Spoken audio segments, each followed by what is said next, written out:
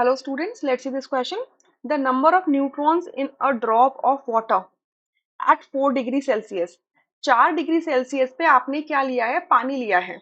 और कह रहे हैं कि अगर आपने पानी की एक बूंद ली है तो उसमें नंबर ऑफ न्यूट्रॉन्स का पता कर लो भाई कितने होते हैं। ठीक है, और यहाँ पे इंफॉर्मेशन क्या दी है कि 20 ड्रॉप जब आप लेते हो तो उसका 1 ml होता है ना। सो अगर मैं 20 ड्रॉप्स को लेती हूँ तो उसमें 1 ml होता है। सो एक ड्रॉप में कितना ml होगा? 1/20 ml। ठीक है, हमसे एक ड्रॉप के बारे में बात हो रही है। और at 4 degree Celsius we know that density of water is equals to 1 होती है, 1 ग्राम पर ml होती है।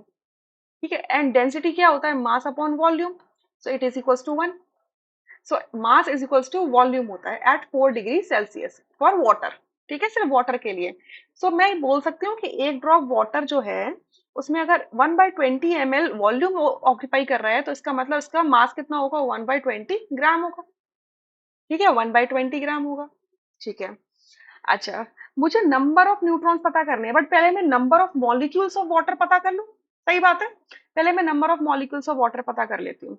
सो what I know that weight upon molar weight, number of moles क्या होते हैं? N for number of moles, it is equals to weight upon molar wait.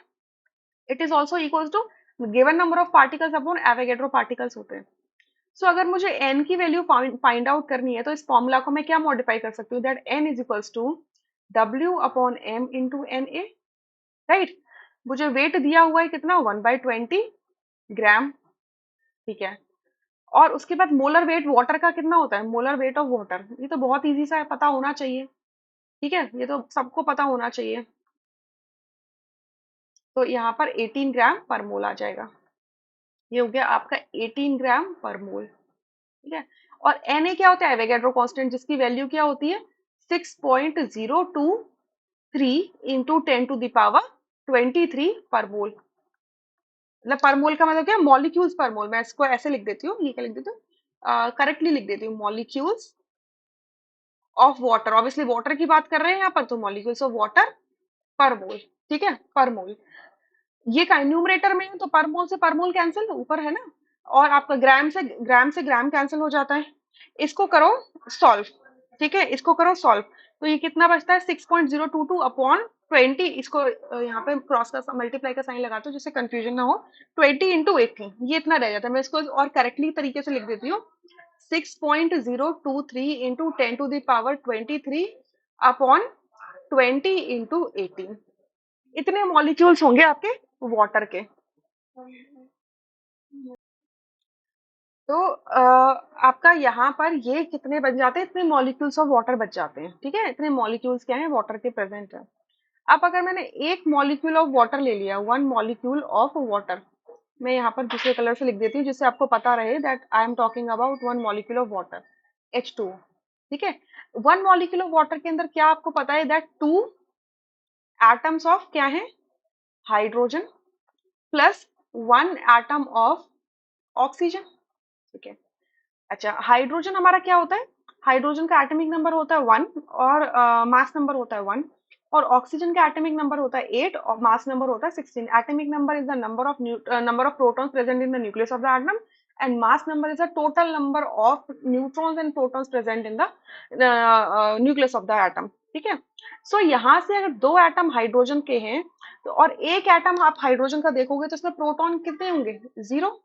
क्योंकि ये ऊपर जो लिखा जाता है सर के ऊपर, ये मास नंबर होता है। मास नंबर में क्या होता है? n+p होता है। ठीक है, ये जो मास नंबर होता है वो उसमें n+p होता है। ये जो वैल्यू होती है इसमें n+p होता है। n तो यहाँ पर न्यूट्रॉन है। ठीक है, ये वाला n न्यूट्रॉन रिप्रेजेंट कर रहा है, और ये क्या होता है? प्रोटॉन।